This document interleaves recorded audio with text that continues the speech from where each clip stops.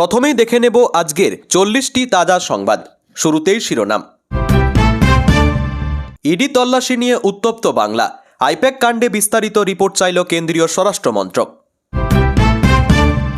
Modi Donald ট্রাম্পকে phone করেননি, শীর্ষ সহকারীর দাবি। শুল্ক যুদ্ধের মাঝে কেন ভেস্তে গেল বাণিজ্য চুক্তি? 16 কোটির কারবার, কোন কাজে আইপ্যাক নিয়েছে সব ফাঁস করলেন শুভেন্দু, বললেন চেক নম্বরেরও কথা। আইপ্যাক অভিযান নিয়ে দিল্লিতে ধুমধুমার, শাহেদ দপ্তরের সামনে বিক্ষোভ, আটক মহুয়া সহ বাকিরা। দেখুন। মমতা বনাম ইডি, কিভাবে সংঘাতের রাজনীতি কলকাতার রাস্তায় বিস্ফোরিত হলো জানুন। ইডি চোর, থানায় অভিযোগ দায়ের খোদ মুখ্যমন্ত্রীর, বিপাকে কারা, কেন এই পদক্ষেপ মমতার? পশ্চিমবঙ্গের রাজ্যপালকে মৃত্যু হুমকিযুক্ত ইমেল, লোকভবনের নিরাপত্তা আরও জোরদার। বাংলায় বিজেপি ক্ষমতায় এলেই চালু হবে আয়ুষ্মান ভারত প্রকল্প, ঘোষণা নাড্ডার। আমায় বিধবা হওয়ার হাত থেকে বাঁচান, অভিষেকের কাছে আর্জি মহিলার, তারপরই ঘটল অবাক ঘটনা। ডেস্কটপ থেকে ব্যাকআপ নেওয়ার কাজ সবে শুরু হয়েছে, হঠাৎ মুখোমুখি। ভর দুপুরে ঠিক কী ঘটল আইপ্যাক অফিসের অন্দরে? রাতে একবার, সকালে 8 বার, ভূমিকম্পের জেরে জেলা জুড়ে দুলুনি। ড্রোন যুদ্ধে প্রস্তুত হচ্ছে ভারতীয় সেনা, মোতায়েন করা হবে সৌরশক্তি চালিত ড্রোন। এবার মমতার নজিরবিহীন পদক্ষেপ, ইডির বিরুদ্ধে 2 থানায় চুরির অভিযোগ দায়ের খোদ মুখ্যমন্ত্রীর। গ্রেপ্তার হতে চলেছেন শাহবাজ শরীফ, পাক প্রধানমন্ত্রীর বিরুদ্ধে জারি গ্রেপ্তারি পরোয়ানা। নন্দীগ্রামে ফের বিজেপির গোষ্ঠীদ্বন্দ্ব, আদিনব্য বিবাদে রক্তারক্তি কাণ্ড, আহত 2। পশ্চিমবঙ্গে ভোট, তাই বিশ্বকাপ নিয়ে রাজনীতিতে জয় শাহকে তোপ বিসিবি প্রাক্তনীর। মাদ্রাজ হাইকোর্টে বিজয়ী জন নয়াগন, বিজয় সেন্সরকে ছাড়পত্রের নির্দেশ, বানচাল বিজেপির ষড়যন্ত্র। প্রশান্ত কিশোরের বাড়িতে অভিযান নয় কেন, আইপ্যাকে ইডি হানা নিয়ে প্রশ্ন তৃণমূলের। গ্রিনল্যান্ড নিয়ে চড়ছে পারদ, ট্রাম্পের সেনা হামলা করলে পাল্টা গুলি চালাবো, হুঁশিয়ারি ডেনমার্কের। চিকেন স্নেকের দিকে তাকালেই ছিন্ন ভিন্ন করবে সুদর্শন চক্র, শিলিগুড়ি সীমান্তে অত্যাধুনিক ফেন্সিও। ভেনেজুয়েলা দখলের পরই তৃতীয় বিশ্বযুদ্ধের পথে ট্রাম্প, রাষ্ট্রসংঘের একগুচ্ছ সংস্থা নিয়ে সরল আমেরিকা। মোদি ফোন করেননি, ইগোর বসেই ভারতের উপর শুল্কবান ট্রাম্পের, জানালেন বাণিজ্য সচিব। বাংলা রুখে দাঁড়াবে, সাংসদদের উপর হামলা ও এজেন্সির অপব্যবহারে ফুঁসে উঠলেন অভিষেক। গঙ্গাসাগর মেলায় শুরুতে বিপত্তি, বিধ্বংসী অগ্নিকাণ্ডে পুড়ে ছায় একাধিক ছাউনি, আতঙ্কিত পুণ্যার্থীরা। কেন মমতাকে আটকানো হয়নি? ইডির অভিযানের সময় মুখ্যমন্ত্রীর গুন্ডামির অভিযোগ তুলে শুভেন্দু বলেন, চাপে রয়েছেন মুখ্যমন্ত্রী, সান্ত্বনা দেওয়া দরকার। আইপ্যাক কাণ্ডে মমতাকে তীব্র কটাক্ষ বিজেপির। আর কি বললেন শ্রমিক? ট্রাম্পের কারণে শেয়ার বাজারে রক্তক্ষরণ, 4 দিনেই উধাও 9 লক্ষ কোটি, মাথায় হাত বিনিয়োগকারীদের। ঘন ঘন ভারত সীমান্তের কাছে পরিদর্শন আসিম মুনিরের, ফের নতুন কোনো ষড়যন্ত্র করছে পাকিস্তান? মালদার আদমপুর এলাকা থেকে বাংলাদেশি নাগরিক গ্রেপ্তার, উদ্ধার ভারতীয় সিম। হাইকোর্টে ইডি বনাম তৃণমূল দ্বৈরথে বেনজির হট্টগোল এবং এজলাস সারলেন বিচারপতি। ইডির তল্লাশির প্রতিবাদে রাজপথে মমতা বন্দ্যোপাধ্যায়। ধর্ষকদের জামিন, প্রতিবাদীদের জেল, তৃণমূলের সাংসদদের চ্যাংদোলা করায় গর্জে উঠলেন অভিষেক। মমতার পাপের ঘরা পূর্ণ, আইপ্যাক অফিসে ফাইল কাণ্ডে রাজীব কুমার প্রসঙ্গ টেনে আক্রমণ রবিশঙ্করের। ইডি হানার 30 ঘন্টা পর আইপ্যাক নিয়ে মুখ খুললেন অভিষেক। কি বললেন? প্রতীককে ফোন করেছিলাম, ধরেনি বলে ছুটে গেলাম। ইডি হানার নেপথ্য কাহিনী শোনালেন মমতা। কত দশক সিনেমা করছে, তাকেও ডেকেছে এসআইআর নোটিশে দেবের পাশে দাঁড়িয়ে বিজেপিকে হুঙ্কার মমতার। নিঃশর্ত নাগরিকত্ব, নয়তো মোদি গদি ছাড়ুন, মতুয়াগড় তাহেরপুরে দাঁড়িয়ে হুঙ্কার অভিষেকের। লস্করের বন্ধু হামাস, গাজায় শান্তিবাহিনীতে পাক সেনার উপস্থিতি মানবে না ইসরায়েল। শুভেন্দু শ্রমিকদের উপর ভরসা নেই, বঙ্গ বিজেপির রাশ মোদি শাহের হাতেই, বার্তা দিলেন নাড্ডা। আইপ্যাক মামলায় কলকাতা হাইকোর্টে ধাক্কা ইডির, গ্রাহ্য হল না জরুরি ভিত্তিতে আবেদনের শুনানি। বাংলাতে ঘেঁচু হবে, কিভাবে ললিপপ ধরাতে হয় জানি, বিজেপিকে নিশানা মমতার। অভিষেক বেরিয়ে যেতে ধিক্কার স্লোগান শান্তনু অনুগামীদের, কামনা সাগরের জল দিয়ে ধোয়া হলো মন্দির চত্বর। আইপ্যাকের মাধ্যমে কোটি কোটি টাকা গোয়ার নির্বাচনে খরচ হয়েছে বললেন শুভেন্দু। 14 তারিখেই হবে ইডি মমতার সংঘাত মামলা শুনানি, জানালেন প্রধান বিচারপতি। আসলে এই কারণে আইপ্যাকে ইডি রেড হয়েছে, অবশেষে মুখ খুললেন অভিষেক। এসআইআর করে মহিলাদের নাম বাদ দিচ্ছে নির্বাচন কমিশন, হাজরা থেকে বড় অভিযোগ মমতার। লক্ষাধিক টাকার বকেয়া বিদ্যুতের বিল মেটাতে বিক্রি করতে হলো 9 শতক জমি। তাহেরপুরে 17-0 করে তৃণমূলকে ক্ষমতায় আনার ডাক অভিষেকের। যাদবপুর থেকে মিছিল শুরু করলেন মমতা, জনস্রোতে ভাসল রাজপথ। প্রিয় দর্শক, এবার আসছি বিস্তারিত খবরে। ইডি তল্লাশি ঘিরে তৈরি হওয়া উত্তপ্ত পরিস্থিতি নিয়ে কেন্দ্রীয় স্বরাষ্ট্রমন্ত্রক এবার সরাসরি নড়ে বসল। সম্পূর্ণ ঘটনায় বিস্তারিত রিপোর্ট চাওয়া হয়েছে এনফোর্সমেন্ট ডিরেক্টরেটের কাছ থেকে। ইডি সূত্রে খবর যে দুপুর 12টার মধ্যেই সেই রিপোর্ট স্বরাষ্ট্রমন্ত্রকে জমা দিতে হবে। জানা গিয়েছে যে ঘটনাটির পরপরই দিল্লিতে ইডি সদর দপ্তরের নির্দেশ পাঠায় কেন্দ্রীয় স্বরাষ্ট্রমন্ত্রক যে 2 জায়গায় তল্লাশি এবং পরবর্তী ঘটনা ঘটেছে সেখানে ঠিক কী পরিস্থিতি তৈরি হয়েছিল তার পূর্ণ বিবরণ চাওয়া হয়েছে। শুধু তাই নয়, রিপোর্টে আরও অনেক নির্দিষ্ট প্রশ্নের উত্তরও জানতে চেয়েছে স্বরাষ্ট্রমন্ত্রক। কোন কোন ইডি অফিসার সেই সময় ঘটনাস্থলে উপস্থিত ছিলেন, তাদের পরিচয় এবং দায়িত্ব কী ছিল, সেই সমস্ত তথ্য রিপোর্টে উল্লেখ করতে বলা হয়েছে। সেই সঙ্গে মুখ্যমন্ত্রী মমতা বন্দ্যোপাধ্যায়ের সঙ্গে কোন অফিসারের কথা হয়েছে, কী বিষয়ে আলোচনা হয়েছে, কথোপকথনের সময় কেমন পরিস্থিতি তৈরি হয়েছিল, এই সমস্ত বিষয় বিস্তারিতভাবে জানাতে নির্দেশ দেওয়া হয়েছে। অর্থাৎ গোটা ঘটনার মিনিটে মিনিটে বিবরণ চেয়ে পাঠিয়েছে কেন্দ্রীয় স্বরাষ্ট্রমন্ত্রক। ইডির তরফ থেকে সেই অনুযায়ী তথ্য সংগ্রহ এবং রিপোর্ট তৈরির কাজ শুরু হয়েছে বলে খবর। প্রশাসনিক মহলের একাংশ মনে করছেন যে এই রিপোর্টের ভিত্তিতেই পরবর্তী পদক্ষেপ ঠিক হবে। পুলিশ বিক্ষোভকারীদের সরাতে গেলে ধস্তাধস্তি শুরু হয়, গোটা এলাকা জুড়ে ছড়ায় উত্তেজনা। প্রত্যক্ষদর্শীরা দাবি করছেন যে ধর্না চলাকালীন সাংসদ শতাব্দী রায় এবং প্রতিমা মণ্ডলকে টেনে নিয়ে যায় পুলিশ। বাপি হালদারকে প্রায় কাঁধে তুলে সরানো হয়, সাকেত গোখলেকেও জোর করে ভ্যানে তোলা হয়, তারপরে তাঁদের পার্লামেন্টে স্ট্রিট থানায় নিয়ে যাওয়া হয়। সেই সময় পুলিশের উদ্দেশ্যে ডেরেক ও ব্রায়েনকে বলতে শোনা যায়, আমাদের সাংসদদের গায়ে হাত দেবেন না। এই ঘটনার পরই তৃণমূলের সর্বভারতীয় সাধারণ সম্পাদক অভিষেক বন্দ্যোপাধ্যায় সামাজিক মাধ্যমে কড়া বার্তা দেন। তিনি লেখেন যে গণতন্ত্রকে দমন করা হচ্ছে, কেন্দ্রীয় সংস্থাকে রাজনৈতিক অস্ত্র হিসেবে ব্যবহার করা হচ্ছে। তার দাবি, অন্য রাজ্য মাথা নত করলেও পশ্চিমবঙ্গ এই লড়াই চালিয়ে যাবে। আইপ্যাকের দপ্তরে ইডি অভিযানের প্রতিবাদে গতকাল থেকে রাজ্যের বিভিন্ন জায়গায় তৃণমূল পথে নামে। জানা গিয়েছে যে আজ স্বয়ং মুখ্যমন্ত্রী মমতা বন্দ্যোপাধ্যায় কর্মসূচিতে নামবেন। গতকাল মুখ্যমন্ত্রী যখন সল্টলেকে আইপ্যাকের অফিসে ছিলেন তখনই হাজরা মোড়ে স্থানীয় নেতৃত্ব প্রতিবাদ শুরু করে। পরে দলীয়ভাবে আন্দোলনের ডাক দেওয়া হয়।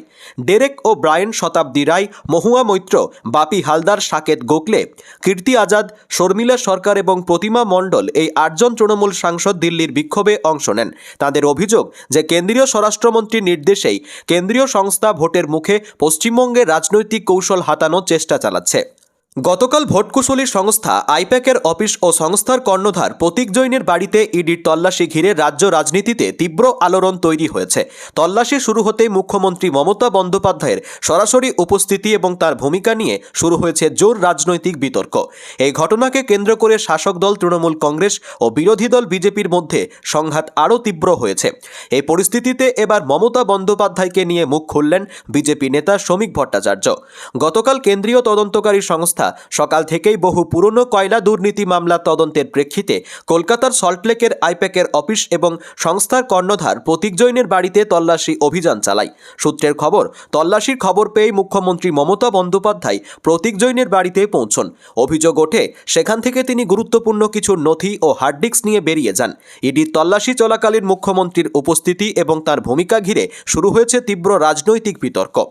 বিজেপি নেতা শ্রমিক ভট্টাচার্য সাংবাদিকদের মুখোমুখি হয়ে বলেন, ইডির তল্লাশি চলাকালীন মুখ্যমন্ত্রীর হস্তক্ষেপ ক্ষমতার চরম অপব্যবহার। শ্রমিক ভট্টাচার্যের অভিযোগ, মুখ্যমন্ত্রী নিজের সাংবিধানিক পদের প্রভাব খাটিয়ে প্রয়োজনীয় নথি সরিয়ে নিয়েছেন, যা কোনোভাবেই গ্রহণযোগ্য নয়। শ্রমিক ভট্টাচার্যের দাবি, এই ঘটনার পর মমতা বন্দ্যোপাধ্যায়ের মুখ্যমন্ত্রী পদে থাকার নৈতিক অধিকার নেই। তল্লাশি চলাকালীন মুখ্যমন্ত্রীর ভূমিকা নিয়ে ইডির তরফেও ব্যাখ্যা দেওয়া হয়। ইডির দেওয়া ব্যাখ্যা ও বিবৃতি নিয়েও বিজেপি আরও কড়া সুরে তৃণমূল কংগ্রেসকে আক্রমণ করে। বিজেপির দাবি, তৃণমূলের অন্দরে স্পষ্ট আতঙ্ক তৈরি হয়েছে। পরিস্থিতি সামাল দিতে গিয়ে শাসক দল বাস্তবতাকে উপেক্ষা করছে এবং জনসমক্ষে ইতিমধ্যে প্রকাশিত তথ্যকেও অস্বীকার করার চেষ্টা করছে।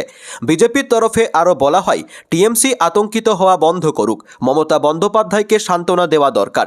তিনি স্পষ্টতই বিচলিত এবং মানসিক চাপে রয়েছেন। বিজেপির দাবি, ইডির ব্যাখ্যা ও বিবৃতি কোনো রাজনৈতিক উদ্দেশ্য ছাড়াই প্রকাশিত হয়েছে। বিজেপির বক্তব্য, তারা শুরু থেকেই তদন্তের স্বচ্ছতা বজায় রাখা এবং আইন ও সংবিধানের মর্যাদা রক্ষার পক্ষে রয়েছে। এই ঘটনা এবং শ্রমিক ভট্টাচার্যের মন্তব্যকে কেন্দ্র করে রাজ্য রাজনীতিতে উত্তেজনা আরও বাড়বে বলে মনে করছে রাজনৈতিক মহল। ইডির বিরুদ্ধে থানায় গিয়ে অভিযোগ দায়ের করলেন রাজ্যের মুখ্যমন্ত্রী মমতা বন্দ্যোপাধ্যায়। এরকম ঘটনা আগে কখনো দেখা যায়নি। গতকালের টানটান পরিস্থিতির পর এবার এনফোর্সমেন্ট ডিরেক্টরেটের বিরুদ্ধে অভিযোগ জানালেন মুখ্যমন্ত্রী। কলকাতার শেক্সপিয়র সরণি থানা এবং বিধাননগরের ইলেকট্রনিক্স কমপ্লেক্স থানায় দুটি আলাদা আলাদা অভিযোগ দায়ের করা হয়েছে। গতকাল সকাল থেকেই রাজ্য রাজনীতিতে উত্তেজনার পারদ চড়ছিল। দিল্লির একটি আর্থিক প্রতারণা মামলার সূত্র ধরে আইপ্যাকের কর্ণধার প্রতীক জৈনের অফিস এবং লাউডন স্ট্রিটের বাড়িতে হানা দেয় ইডি। তল্লাশি শুরু হওয়া কিছুক্ষণের মধ্যেই সেখানে পৌঁছে যান কলকাতার পুলিশ কমিশনার মনোজ ভার্মা।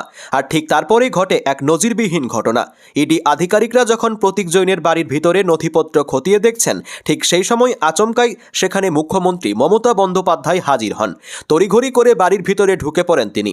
রাজনৈতিক মহলের মতে, কেন্দ্রীয় এজেন্সির তল্লাশির সময় মুখ্যমন্ত্রীর সরাসরি ঘটনাস্থলে পৌঁছানোর ঘটনা এই রাজ্যে আগে কখনো দেখা যায়নি। দীর্ঘ সময় তিনি ওই অফিসেই অবস্থান করেন।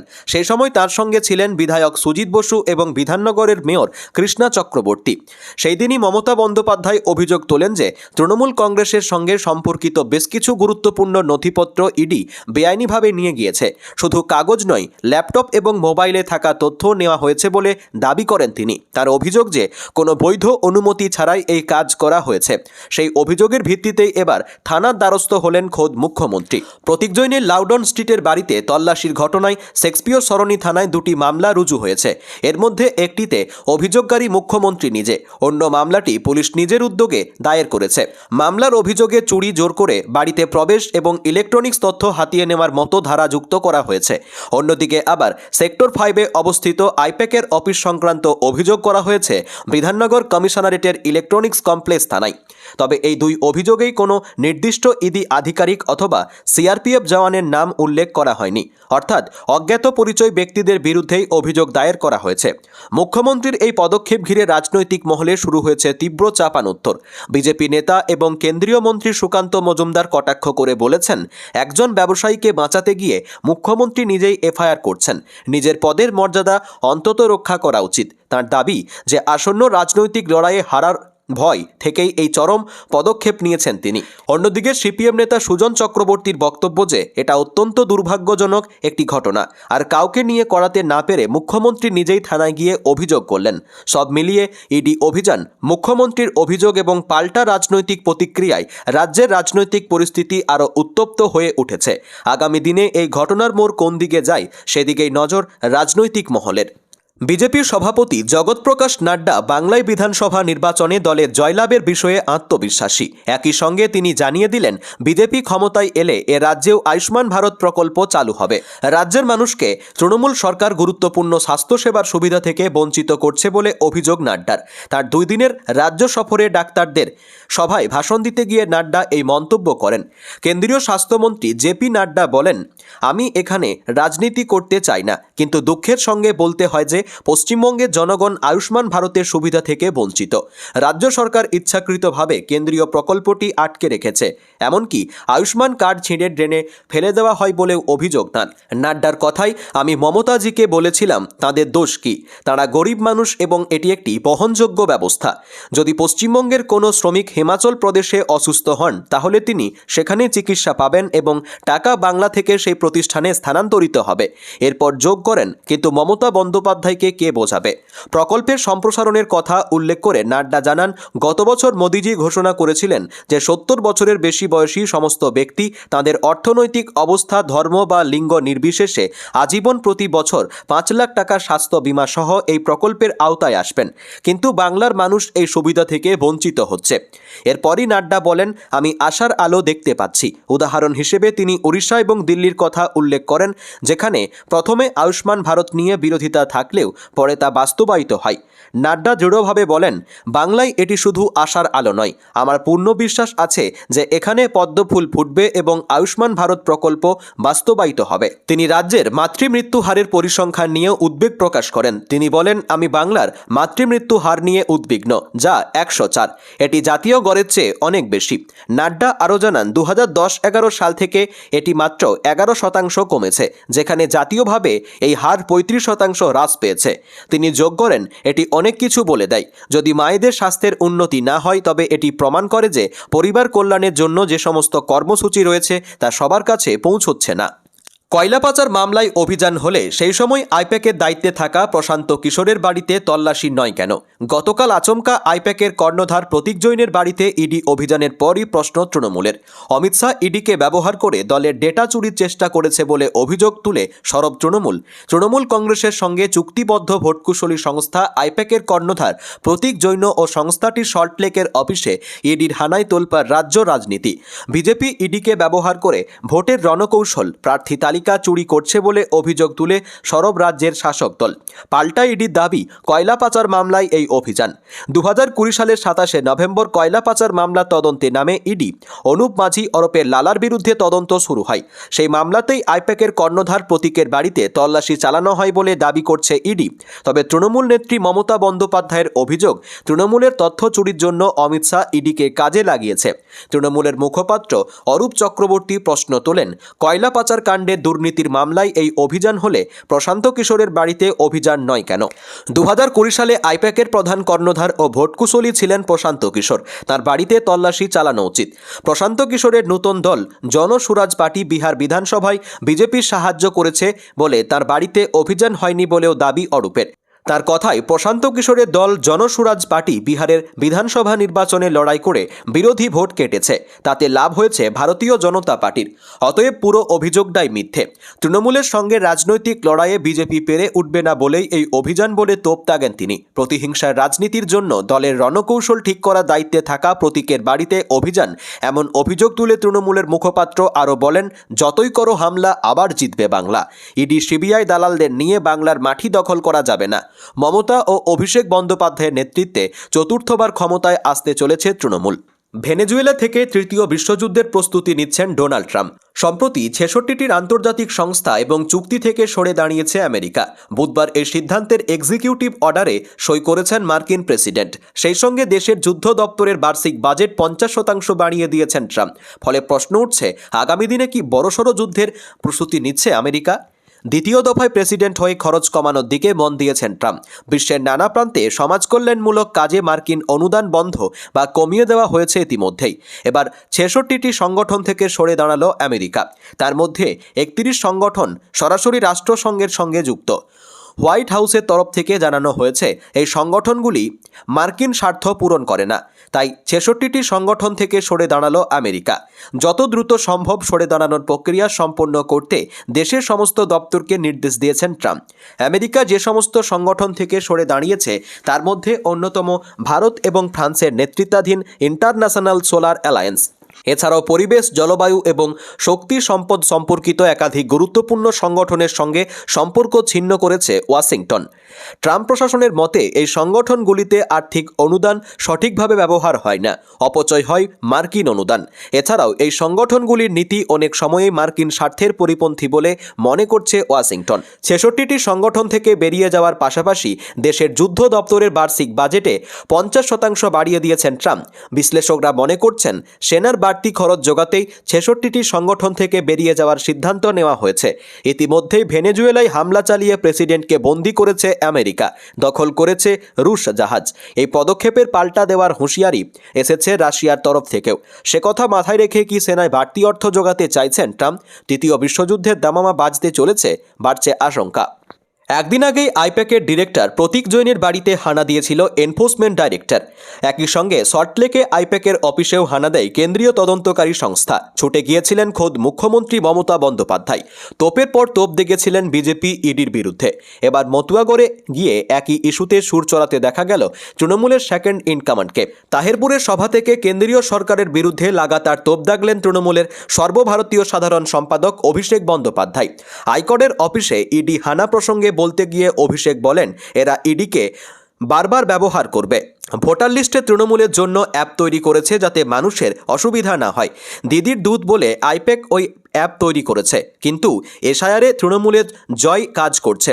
কেন গরিব মানুষের সাহায্য করছে তার জন্য কালকে ইডি পাঠিয়ে রেড করেছে, আর সাধারণ মানুষের মৌলিক অধিকার ইডিকে পাঠিয়ে হরণ করছে। এই হচ্ছে বিজেপির ফর্মুলা। সুর আরও চড়িয়ে বলেন, তোমাদের কাছে সব আছে ভাই, মানুষ নেই। তৃণমূলের কাছে কিছু নেই, মানুষ আছে। খেলা হবে গণতন্ত্রে, গণদেবতা তো শেষ কথা বলে। অমিত শাহ তো ভোট দেবে না, নরেন্দ্র মোদী তো ভোট দেবে না, মিডিয়ার লোক তো ভোট দেবে না। ভোট দেবে খেটে খাওয়া মানুষ, শ্রমিক, কৃষক, মা ভাইরা। এমন জবাব দেবেন যেন ওদের অহংকার ভেঙে যেন চূর্ণ বিচূর্ণ হয়। প্রধানমন্ত্রী নরেন্দ্র মোদী, স্বরাষ্ট্রমন্ত্রী অমিত শাহের পাশাপাশি শান্তনু ঠাকুরের বিরুদ্ধেও সুর চড়াতে দেখা যায় অভিষেককে। তোপের পর তোপ দাগতে থাকেন। ভাবছে ইডিকে কাজে লাগিয়ে মানুষের ভোটাধিকার কেড়ে নেব, আর এদিকে ইডিকে লাগিয়ে বিরোধী দলের কণ্ঠরোধ করব। তুমি ইডি লাগাও, সিবিআই লাগাও, কেন্দ্রীয় বাহিনী লাগাও, মিডিয়া লাগাও, তুমি বিচার ব্যবস্থা লাগাও, ইনকাম ট্যাক্স লাগাও, তোমার কাছে যত অর্থবল রয়েছে লাগাও, কিন্তু বাংলার মানুষ বিজেপির জল্লাদদের কাছে, দিল্লির জমিদারদের কাছে মাথা নত করবে না। এরপর এসআইআর প্রসঙ্গে নির্বাচন কমিশনের তুলোধনা করতে গিয়ে একযোগে মোদী শাহের পাশাপাশি একযোগে শান্তনু ঠাকুরের বিরুদ্ধে তোপ দেগে বলেন, আজকে আওয়াজ তুলতেই হবে। হয় নিঃশর্ত নাগরিকত্ব, নইলে মোদী গদি ছাড়ো। হয় নিঃশর্ত নাগরিকত্ব, নইলে অমিত শাহ গদি ছাড়ো। হয় নিঃশর্ত নাগরিকত্ব, নইলে শান্তনু ঠাকুর দূর হাঁটো। ইডির হানার প্রতিবাদে রাজপথে নামলেন মুখ্যমন্ত্রী মমতা বন্দ্যোপাধ্যায়। গতকাল আইপ্যাকের কর্ণধার প্রতীক জৈনের বাড়ি ও সল্টলেকের অফিসে ইডি অভিযান চালায়। সেখানে পৌঁছে গিয়ে রণংদেহী মেজাজে সুর চড়িয়েছিলেন বাংলার মুখ্যমন্ত্রী মমতা বন্দ্যোপাধ্যায়। গতকাল তৃণমূল কংগ্রেসের সাংসদদের নয়াদিল্লিতে প্রতিবাদের সময় দিল্লি পুলিশ তাঁদের টেনে হিঁচড়ে প্রিজন ভ্যানে তোলে। এবার মুখ্যমন্ত্রী এই ঘটনার প্রতিবাদে রাজপথে নেমে মিছিলে অংশ নেন। যাদবপুর 8B বাসস্ট্যান্ডে ভিড় দেখা যায় নেতা কর্মীদের থেকে শুরু করে সাধারণ মানুষের। জনস্রোতে ভাসল মহানগরী। তারপরেই হাজরা মোড়ে এসে সুর সপ্তমে তোলেন মুখ্যমন্ত্রী। এদিকে এসআইআর নিয়েও সুর চড়িয়েছেন মুখ্যমন্ত্রী। বাংলার মহিলাদের নাম বেছে বেছে বাদ দেওয়া হয়েছে বলে অভিযোগ করেন মুখ্যমন্ত্রী। হাজরা মোড়ের সভা থেকে মুখ্যমন্ত্রী বলেন, বাংলার মানুষের ভোটের অধিকার কেড়ে নেওয়া হচ্ছে। মানুষের কৈফিয়ত চাইবার আগে আপনাদের পদত্যাগ করা উচিত। শুধু বাংলার উপর হামলা। ভ্যানিশবাবু 1.5 কোটি ভোট কাটার ক্ষমতা নিয়ে এসেছেন। সবার নাম কেটে ভোটে বিজেপিকে জেতাতে চান। ভ্যানিশ কুমার যদি ভোট ভ্যানিশ করে দেয় তাহলে আপত্তি আছে। আপনি কি ম্যাজিশিয়ান? অন্যদিকে আজ সকালে দলের সাংসদদের যেভাবে টেনে হিঁচড়ে দিল্লি পুলিশ নিয়ে গেল, তাতে আলোড়ন পড়ে গিয়েছে জাতীয় রাজনীতিতে। মমতা বন্দ্যোপাধ্যায়ের পাশে ফিরহাদ অরূপ হাঁটেন। মিছিলে ছিলেন সায়নী ঘোষ, দেব, রচনা বন্দ্যোপাধ্যায়, সোহম চক্রবর্তী, লাভলি মৈত্র সহ একঝাঁক নক্ষত্ররা। আর মমতা বন্দ্যোপাধ্যায়ের বক্তব্য, রাস্তায় আমাদের রাস্তা দেখাবে। যাদবপুরের মাটি আন্দোলনের মাটি। ইডি বিজেপির চক্রান্ত বাংলা বরদাস্ত করবে না। নাগরিকদের অধিকার কেড়ে নিলে আমরা আপনার অধিকার কেড়ে নেব। হরিয়ানা, বিহার, মহারাষ্ট্র জোর করে দখল করেছেন, এখন ভাবছেন জোর করে বাংলা দখল করবে। 90 বছরের বৃদ্ধকে ডাকছ, লজ্জা করে না? দোকান কাটার দল, পার্টি না দো পার্টি। আপনারা কেন পদত্যাগ করবেন না? বলছে বাংলায় রোহিঙ্গা ভর্তি একটাও খুঁজে পায়নি। রোহিঙ্গা যদি থাকে তাহলে অসমে এসআইআর হলো না কেন? ওরা তো বাংলাদেশ থেকে অসম বর্ডার দিয়ে ঢোকে। এছাড়া আজই রাজপথে নেমে প্রতিবাদ মিছিল করছেন মুখ্যমন্ত্রী মমতা বন্দ্যোপাধ্যায়। এই আবহে বিপুল জনতাকে সঙ্গে নিয়ে হাঁটেন মমতা বন্দ্যোপাধ্যায়। রাস্তার দুপাশে মানুষ দাঁড়িয়ে মুখ্যমন্ত্রীকে সমর্থন জানান, তাদের দিকে হাত নাড়েন তিনি। রাস্তার দুধারে দাঁড়িয়ে আপামর জনগণ স্মার্টফোনে ছবি তুলতে থাকেন। মমতা বন্দ্যোপাধ্যায়ের বিস্ফোরক অভিযোগ, নাগরিকদের অধিকার কাড়লে আপনাদের অধিকার কাড়ব। মনে রাখবেন, আঘাত করলে প্রত্যাঘাত কিভাবে করতে হয় আমাদের সাংসদরা করেছেন। আজ আমাদের সাংসদদের চ্যাংদোলা করে কি ব্যবহার করেছেন। আর ওরা বাংলায় এলে রেড কার্পেট বিছানো হয়। ওরা ভোট চুরি করছে নির্বাচন কমিশনকে দিয়ে। গাড়ি চালাবেন শুভেন্দু অধিকারী এবং শ্রমিক ভট্টাচার্যেরাই, তবে গাড়ির ইঞ্জিন হবেন কেন্দ্রীয় নেতৃত্ব। অর্থাৎ বঙ্গ বিজেপির রাজ থাকবে নরেন্দ্র মোদী, অমিত শাহ বাংলার ভোটের কাজে দায়িত্বপ্রাপ্ত ভিন রাজ্যের নেতাদের হাতে। বঙ্গ সফরে এসে দলীয় বৈঠকে রাজ্যের বিজেপি নেতাদের এই বার্তাই দিয়ে গেলেন দলের সর্বভারতীয় সাধারণ সভাপতি জেপি নাড্ডা। বিজেপি সূত্রে খবর, ইতিমধ্যেই ভিন রাজ্যের বেশ কিছু নেতাকে বাংলায় পাঠানো হয়েছে। 43টি সাংগঠনিক জেলার দায়িত্ব দেওয়া হয়েছে তাদের। ভিন রাজ্যের নেতাদের কাজ সাংগঠনিক জেলা সভাপতিদের সঙ্গে সমন্বয় রেখে ভোটের প্রস্তুতি নেওয়া। বৃহস্পতিবার বিধাননগরে যে নাড্ডা বৈঠকটি করেছেন, সেখানে জেলা সভাপতিদের সঙ্গে ভিন রাজ্যের সেই সব নেতাও ছিলেন। বিজেপির সূত্র জানিয়েছে, নাড্ডা বৈঠকে বলেছেন গাড়ি চলবে, ভিন রাজ্যের নেতারা কাজ করবেন ইঞ্জিন হিসাবে। গত বিধানসভা নির্বাচনের সময়েও ভিন রাজ্যের নেতাদের বাংলায় ভোটের দায়িত্ব দিয়ে পাঠিয়েছিলেন মোদী সাহেরা। যদিও সেই নির্বাচনে ভোটের ফল আশানুরূপ হয়নি। রাজনৈতিক পর্যবেক্ষকদের মতো কেন্দ্রীয় নেতাদের এত আনাগোনা বাংলার মানুষ মেনে নেননি। বিভিন্ন মিটিং মিছিলে হিন্দিতে তাদের ভাষণ দাগ কাটতে পারেনি মানুষের মনে, কারণ তারা বাংলার ঐতিহ্য সংস্কৃতির সঙ্গেই সম্পৃক্ত নন। সম্প্রতি এই বিষয়টি নিয়ে মুখ খুলেছিলেন তমলুকের বিজেপির সাংসদ অভিজিৎ গঙ্গোপাধ্যায়। বাংলায় অবাঙালি বিজেপি নেতৃত্বের দাপট নিয়ে অসন্তোষ প্রকাশ করেছিলেন তিনি।